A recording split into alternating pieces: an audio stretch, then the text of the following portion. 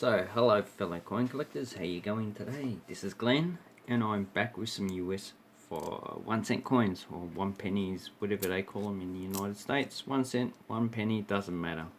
To me, they're both the same. So, I did make a video on these 1982, and as I'm making it on the same day. So what am I looking for when I look through these coins? Well, obviously you're looking for low mintage coins, especially those in high grades.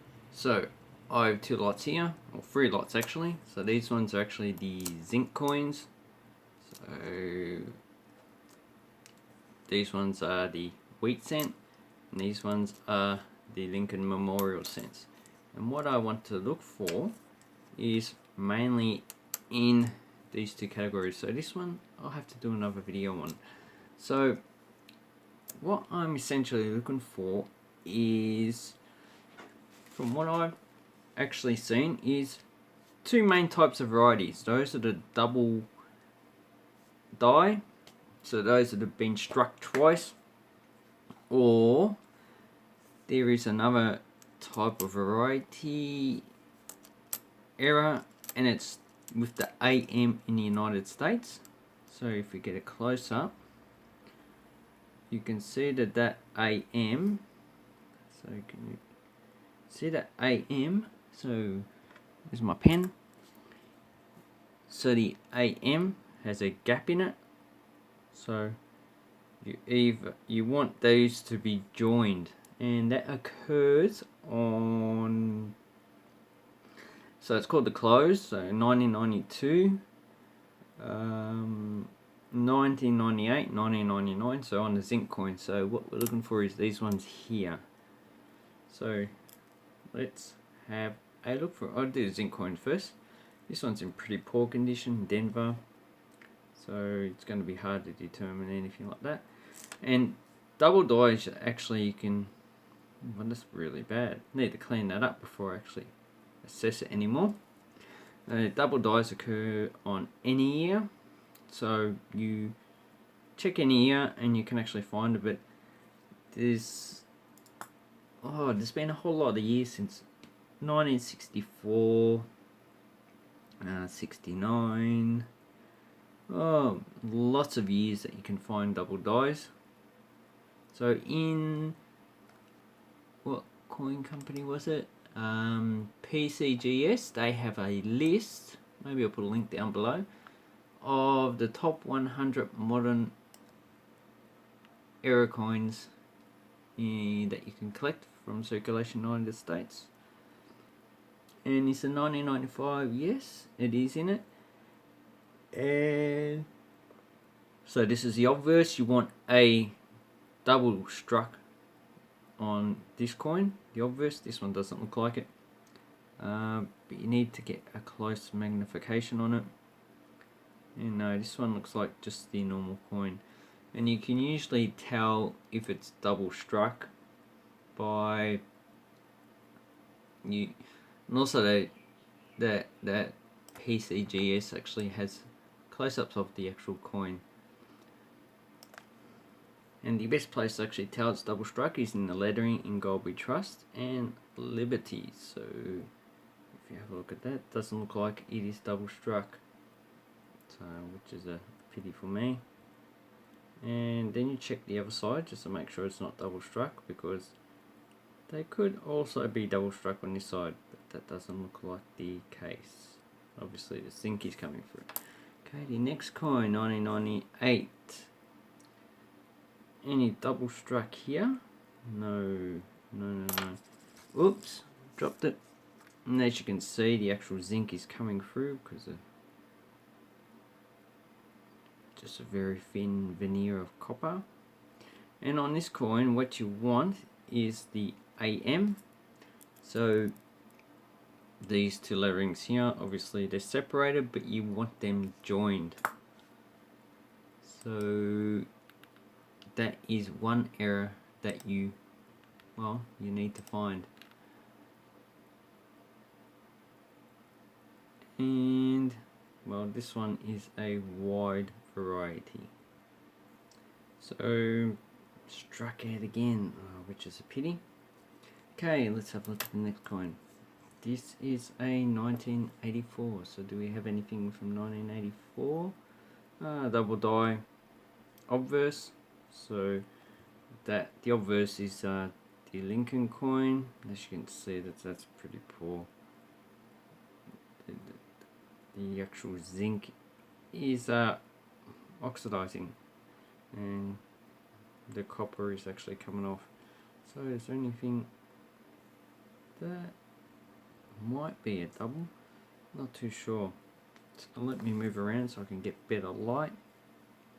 So if we turn it around, can you see any doubling? No, I don't see any doubling. But because the coin is in this condition, even if it had doubling, the prices should be pretty low. So in the future, when archaeologists find these coins, they'll be really corroded. Maybe they'll even won't last long in the environment.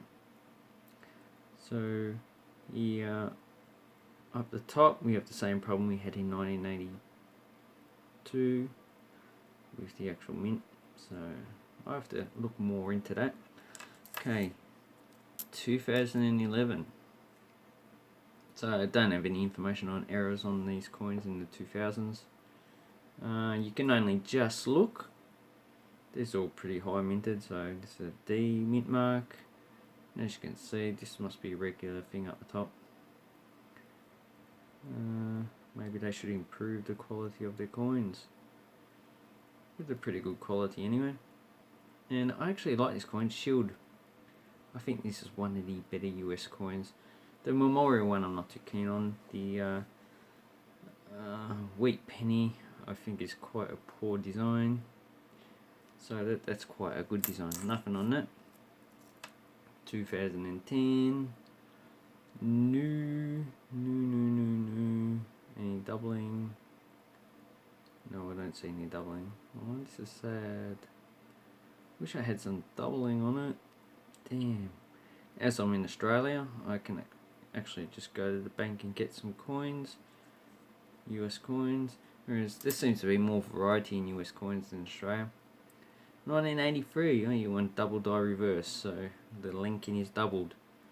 Doesn't mean that the obverse, is it? No, reverse, so doesn't mean that linking is not doubled. It's just that no one's either reported it or no one's found any. So this side has a doubling on it. Obviously at the top is like a bit of a weak strike at the top.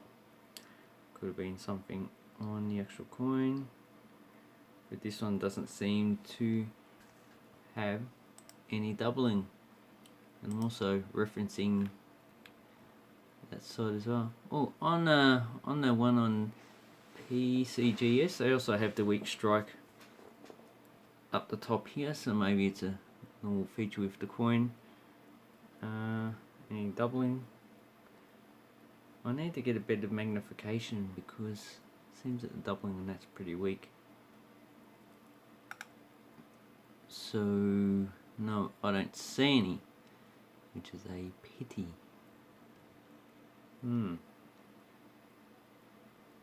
So I'll get a good magnification on that. Okay, and then we have some other coins. So what date is this? This one's 1968. Do we have anything 1968? No, don't have anything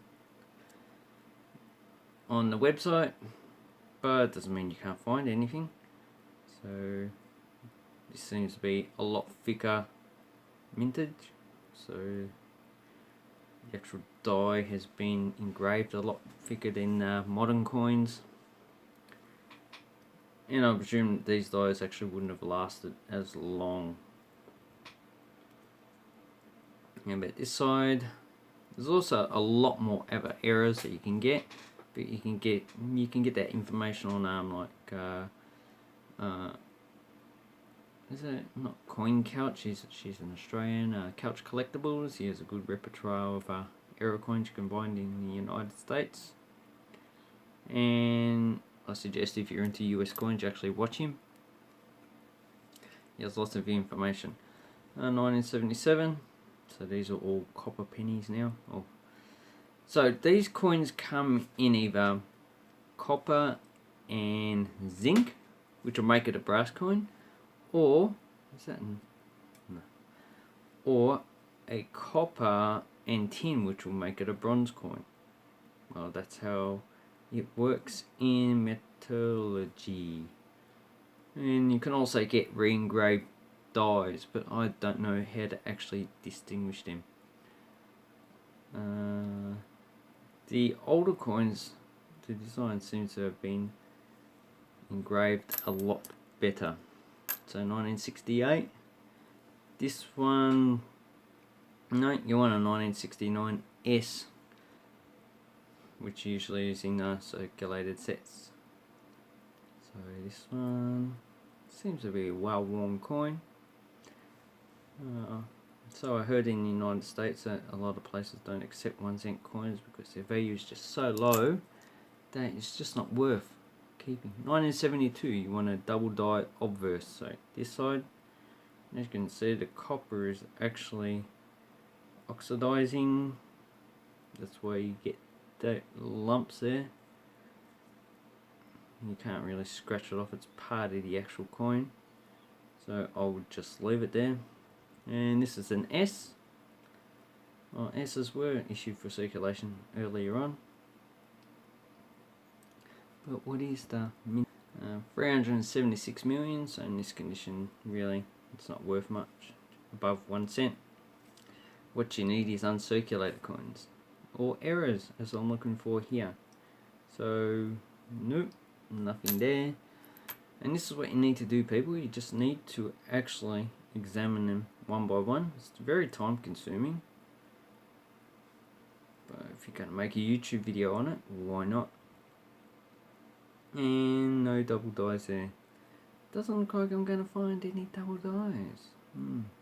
Maybe I'll have to go and visit the US one day. Or maybe I'll just go through Australian coins and see if we can find double dies there. So in gold we trust, Liberty, anything there, new. Maybe I should invest in a better camera to increase the magnification. Any double, oh, I forgot about the AM, so I have to go through those coins again. So basically, let's go through these very quickly. No. AM, no. 1961, no, nothing there. So basically, if you actually find any errors, you need to get it out somehow so people will actually know. YouTube videos are actually quite good for doing that. So it doesn't look like any errors there. And you can build up a good reputation as well, like a lot of YouTubers who collect coins have. But it's, well, how about Liberty? Is that an error? Double die. 1961 doesn't seem to have anything that stands out. The mint mark. How about the other side? AM's not joined. So no. 1975. Nothing special really. So I really don't have the dates. 1975 S. Oh, 2 million. Is that S or is that D? Oh no, it's D. So that's 4.5 billion coins. Wow, so many coins minted. 4.5 billion. Gee, America, you mint so many 1 cent coins. Really takes the fun out of collecting. But then again, if you get an S mint mark in circulation, it's actually a low mint at this time. I believe 1971, 72, 73. So I'm just looking to see when they actually stopped minting S's for circulation. 75 seems to be when they stopped issuing S's for circulation, because the mintage in 74 went from 400 million down to nearly 3 million. So it indicates that they might have been only issued for sets. So 1978. No, there's nothing actually there. And no joined AM. And what's the last coin? 1960. Is that the last coin? 1960. Anything special? No, no, no, no, no. So it doesn't mean there isn't a double die. That looks suspicious. Maybe it's just damage actually to the coin. Yeah, I'd say it's just damage. So anyway, this is what you need to do when you look for US coins. Just go through them and see what you actually find. Of course, you need a list of the errors in it that you can find, that everyone knows about, that is in the know. And if you find any other ones, then, well, you just need to tell other people about it. So thank you very much for watching. I hope you have an awesome coin collecting time, people. Bye bye. Sorry for the long video anyway. Give this video a thumbs up and subscribe to my channel.